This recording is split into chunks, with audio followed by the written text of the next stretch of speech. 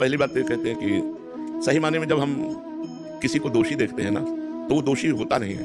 दोष हमारे नेत्रों में होते हैं सही मायने में। अगर हमारे नेत्र में राम है तो चराचर जगत राम दिखाई देगा, हमारे नेत्रों में काम है तो चराचर जगत काम दिखाई देगा, हमारे नेत्रों में श्याम है तो चराचर जगत श्याम में दिखाई देगा, हमारे नेत्रों में दोष है, हमारे हृदय में दोष है तो हमें दोषी दिखाई देगा। हमें कोई दोषी नजर नहीं आता गुरु कृपा से, कोई दोषी नहीं। अगर कहीं कुछ दोष की लीला होती है तो नजर आता है 3 गुणों का खेल है, सत्वगुण रजोगुण तमोगुण, माया का खेल हो रहा है। हम वैष्णवों में दोष क्यों देखें?